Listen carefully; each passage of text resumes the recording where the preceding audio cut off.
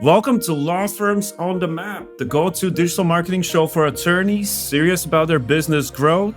I'm your host, Kristaps Brencans, CEO of On the Map Marketing.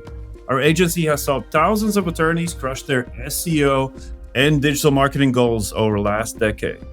Today, I'm meeting with the one and only digital PR godfather, Fery Kaszoni. Yes, Fery, I just called you a godfather of digital PR. I know you appreciated that. Fery is one of the best in business when it comes to landing large media publication backlinks.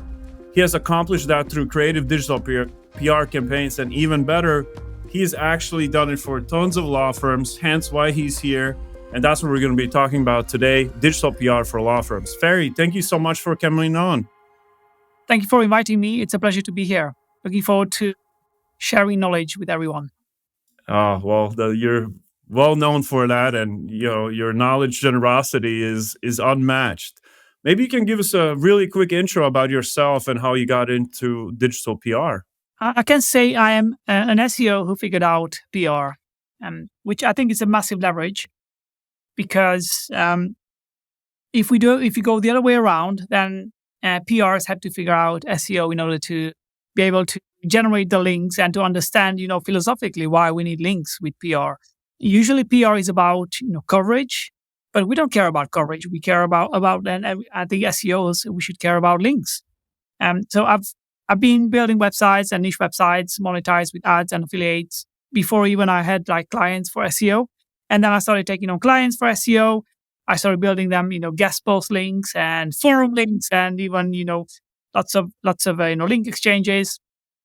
And in 2020, I discovered digital PR, and we had 2 employees in 2020, and we had no proper department. But then I said we're gonna stop doing anything but digital PR in 2021, and we have morphed from an SEO agency into a PR agency that actually focuses on SEO, right? And that's how we started experimenting with stories, with creative concepts for PR that will enable us to earn links. And we are an SEO agency who quit doing SEO and who's doing a PR now for SEO departments.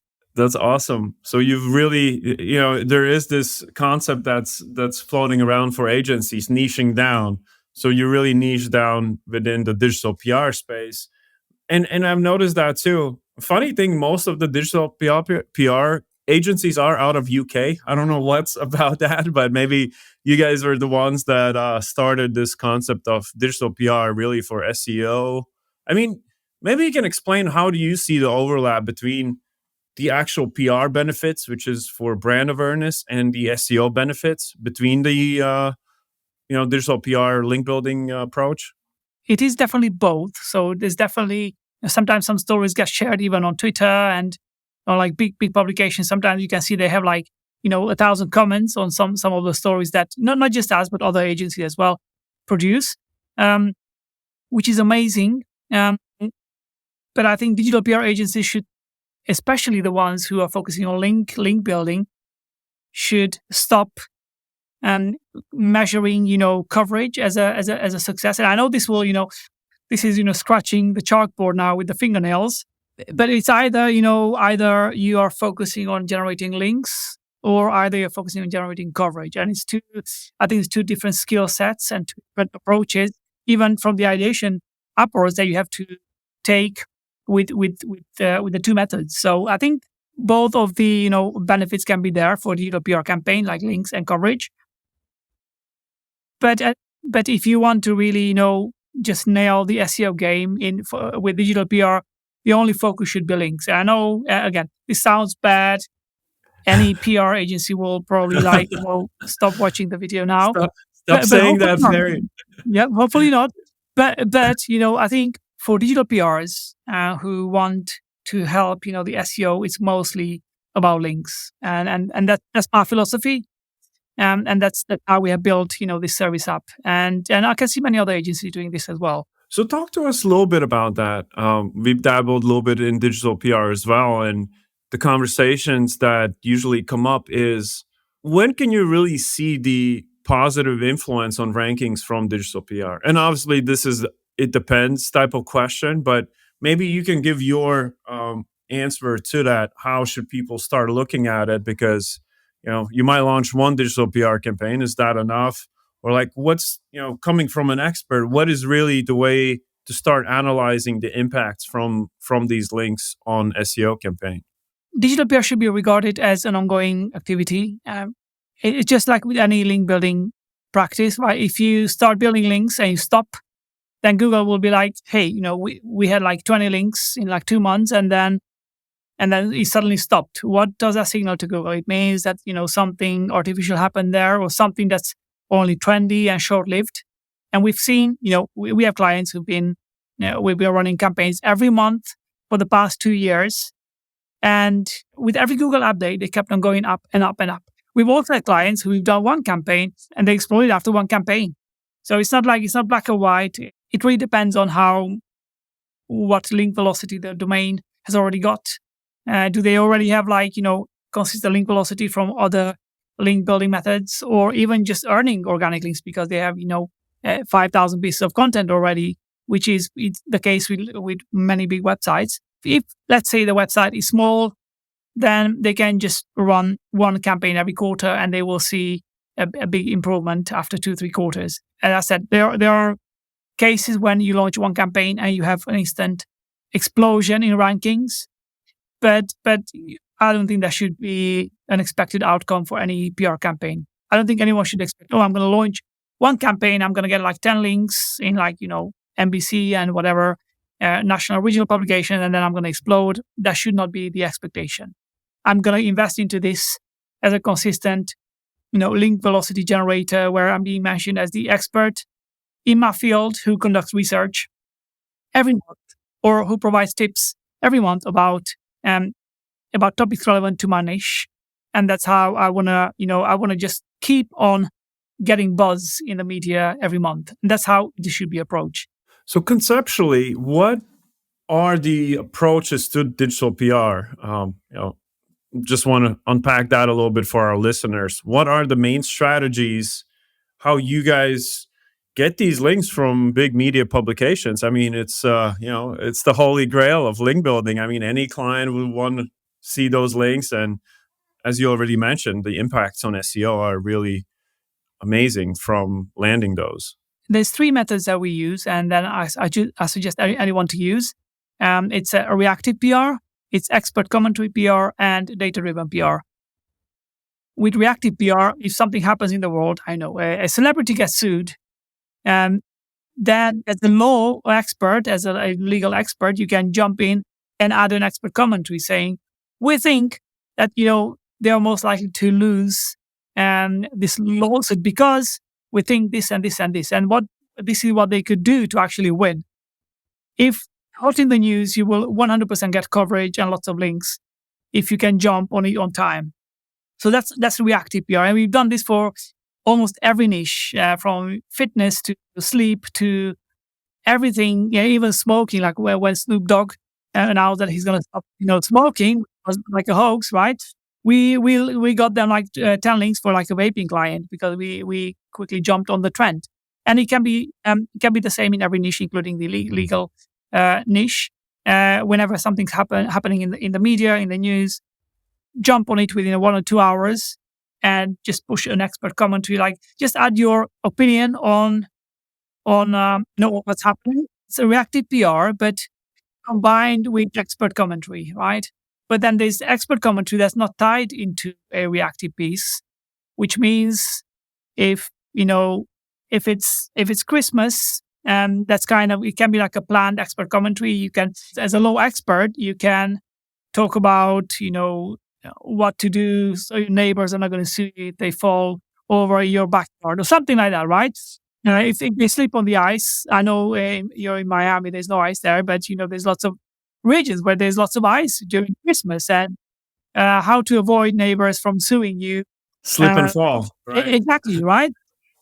That's kind of an expert commentary tied into Christmas, and I think avoid the Christmas slip and fall. That's genius. Yeah. And I mean, these are just ideas that fly through my head now, but I can see those working really well, both in the US and the UK, because journalists will write about Christmas, and then they will write about topics, and and they always need an expert. They always need like an extra, sprinkle on their stories, so they make it more unique and more interesting. Then they will definitely cover your insight, and they will most of the cases link back to your website or your client's website.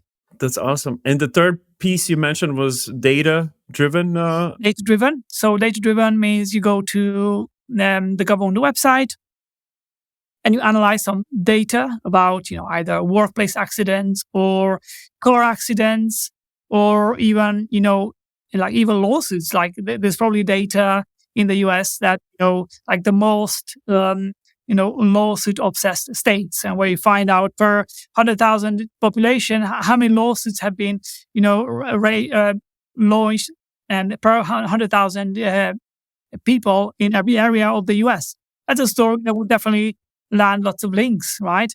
So you analyze data sets, you combine it with population data, or even you analyze accidents data, combine it with the miles of the roads that you have in every state or every city, and then you say according to these are the most dangerous areas to drive in the US, according to data and combined, looking at number of accidents per 1,000 miles in the state, something like that, right? In these type of campaigns, do you target specific journalists, or how do you control the actual outreach strategy? Absolutely. You go to tools like Roxil Media or Cision, and you can just say, give me all the journalists who have written about accidents or like road accidents in the past 6 months. And it gives you a list of like hundreds of journalists, and you download that list and then you push it out. Again, you can also target regional journalists who write about stories in certain regions. Say they're like journalists who write about, just things happening in Miami. And if Miami ranks in top 10 or bottom 10, in like the most accident-prone cities or the least accident-prone cities, then you can push it to those locations. The editors who write specific about those locations say, hey, we have our research finds that Miami is like the third most, accident-prone area in America, and then they would definitely cover it. It's like ego bait, most or least, top 10, bottom 10. Interesting. So you have to have a really unique angle in these pitches. Yeah, we sometimes do 50 angles for a piece. There is this concept in law firm SEO that no one wants to link to attorney websites because they can be, pretty different niches, like a criminal attorney, personal injury attorney. There's kind of boring topics, and there's often even stigma with attorneys. For some reason, people are not huge fans of attorneys. How many links have you landed? Do you believe this concept as well? That it's hard to build links for attorneys? Absolutely not. It's super easy to build links if you have a good story. So as long as the client is in a niche that's not illegal, or it's not unethical, you can actually land links. If you give the journalist a good story, they are happy to link back to the company who commissioned the research. Right? That's the key. Give them a good story. Give them a story so good that they have no option but to publish it. And to answer your question, we built probably thousands of links to attorney websites. We have one of our second largest client base is attorney. The biggest client base is gambling and casino. Right? Wow. Okay. Talking about the hardest SEO niches. Yeah, that is. Yeah. The second largest one is attorneys and personal injury lawyers and so on. And we have built thousands of links in this niche, and it's not hard as long as you give the journalists what they want, which is an interesting story or insight.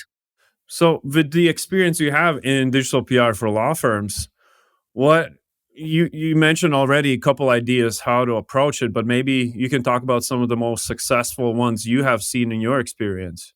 Yeah, we've done lots of interesting ones. We've done the most dangerous state for pedestrians, where we have found we actually got in Forbes with that, and MSN and lots of other regional publications. And we have analyzed accidents that involve pedestrians, and I think the team has calculated the number of accidents per population, and then we created again top 10, bottom 10, and we push it out on behalf of our local client, and we got them, lots of links with this story. The same story, but angled to cyclists, the most dangerous states for cyclists. It's the same kind of approach, but with a different angle. Again, that got us lots of links for like the personal injury lawyer clients. Most dangerous states for all the drivers. I mean, these are amazing ideas. Can you explain this brainstorming process, or are you guys just such a bunch of creatives that just sit down and you're like, all right, let's drop some ideas? Like, how do you come up with these amazing concepts? The best place to go is the news outlets themselves. So just go and analyze what journalists are writing about. That's the best place to start from. Analyze what they have written. You can use advanced Google search queries, say like cite Forbes.com, and then you can say in title, and then you can just say, accidents, or you can just say the most or the least, and then you can just put in, law related queries further down. So you can analyze what they are written about in the past 6 months or even the past 1 year, just to get the vibe of the media. And then that's the starting point. And then we have a Slack channel where the whole team is there and we share the ideas together. We also analyze lots of previous digital PR campaigns from all agencies in the world. We have a big database of, thousands of campaigns that we have collected to just see what works, what doesn't work, why this works, why that doesn't work. So we analyze previous campaigns combined with analyzing the news that was trending now and figuring out what's the next thing that we can launch that will be most likely successful for this client. And I imagine there's also some repetitive nature as well. When you're doing the outreach to the journalists, they sort of start seeing the same names. Does that help as well to land the placements? It could help, but that's probably not the main factor. Like we I think if you're an agency that's got good reputation, but it can help, but it shouldn't be the fact. That's not the factor. I think the story itself is the actual success factor. It doesn't matter if you're like a reputable agency if the story is not good, right? The story has to be good. So we don't rely on our name or the volume that we execute. I think, and nobody should be put off by, we're like small digital PR freelancer, or like our department is just a one-man band in this company. It doesn't matter as long as the story is good. You will land links. And when you guys do the outreach, do you do it as agency or you do it on behalf of the client with the client's emails? We do it as an agency, with our agency email. We have like 50 executives who push out lots of campaigns every day. So the volume does matter. Not only the idea has to be good, but then the volume of the outreach to the journalists has to be. You have to play the volume game as well. Yes, indeed. You cannot just send 50 emails and then expect anything to land. Most cases, it will not land. You guys use some mass email tools to reach out to the journalists at the same time? You can use Roxy Media and Cision as well. Cision has got a built-in outreach tool. So those are pretty good. You can just create the list and send it out straight from there. And we actually send thousands of campaigns through Roxhill and Cision as well. You guys are busy. How many emails do you guys send a day?